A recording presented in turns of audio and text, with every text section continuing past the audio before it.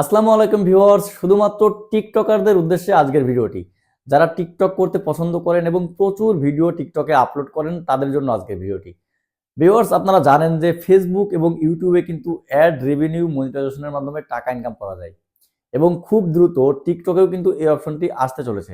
এবং আপনারা জানেন যে ইতিমধ্যে পৃথিবীর অনেক দেশেই কিন্তু অলরেডি চালু হয়ে গেছে, অতএব টিকটক থেকেও মনিটাইজেশনের মাধ্যমে টাকা ইনকাম করা যাচ্ছে।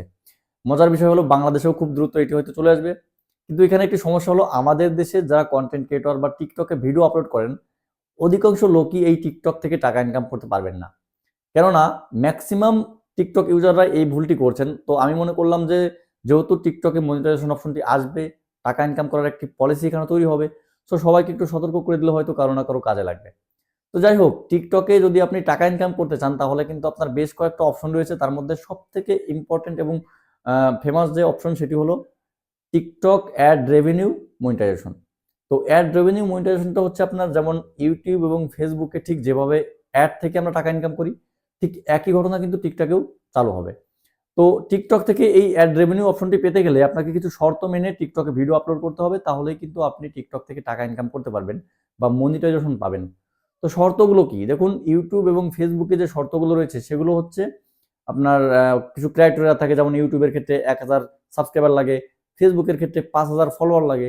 ঠিক একইভাবে টিকটকেও কিন্তু কিছু ক্রাইটেরিয়া রয়েছে এবং সবথেকে গুরুত্বপূর্ণ যে ক্রাইটেরিয়া রয়েছে সেটি হলো কোনো প্রকার কপিরাইটেড ভিডিও টিকটকে আপলোড করা যাবে না। ঠিক একই বিষয় কিন্তু ইউটিউব এবং ফেসবুকেও রয়েছে। আপনি যদি ফেসবুক এবং ইউটিউব থেকে টাকা ইনকাম করতে চান, সেখানে কিন্তু আপনি অন্যের মিউজিক দিয়ে গান ইউজ করে বা অন্যের ভিডিও আপলোড করে কিন্তু ভিডিও করলে আপনি সেই মনিটাইজেশন পাবেন না। ঠিক একইভাবে টিকটকে দেখলাম যে শর্তগুলো রয়েছে সেখানে একটি গুরুত্বপূর্ণ শর্ত হলো ১০,০০০ ফলোয়ার, সম্ভবত ১০,০০,০০০ ভিউজ। এটা আমি কনফার্ম না ১০,০০,০০০ কি ১,০০,০০০ হবে ভিউজটা, এটা আমি ভালো করে খেয়াল করিনি। বাট আরেকটি বিষয় আমি খুব গুরুত্বপূর্ণ সহকারে দেখেছি, সেটি হলো কোনো প্রকার কপিরাইটেড কনটেন্ট আপনার টিকটক প্রোফাইলে থাকতে পারবে না।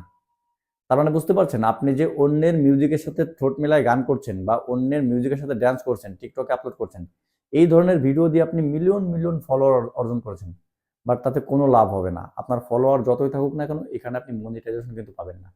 সো মনিটাইজেশন পেতে হলে আপনাকে অথেন্টিক কাজ করতে হবে। অথেন্টিক বলতে আপনার নিজের ক্রিয়েটিভিটি তৈরি করে ইউটিউব, ফেসবুকে আপনি যেভাবে নিজের ভিডিও নিজে তৈরি করেন, কপিরাইটেড ফ্রি যে সাউন্ডগুলো আছে সেগুলো ইউজ করেন, ঠিক একইভাবে টিকটকের ক্ষেত্রেও আপনাকে ওইভাবে ভিডিও তৈরি করতে হবে।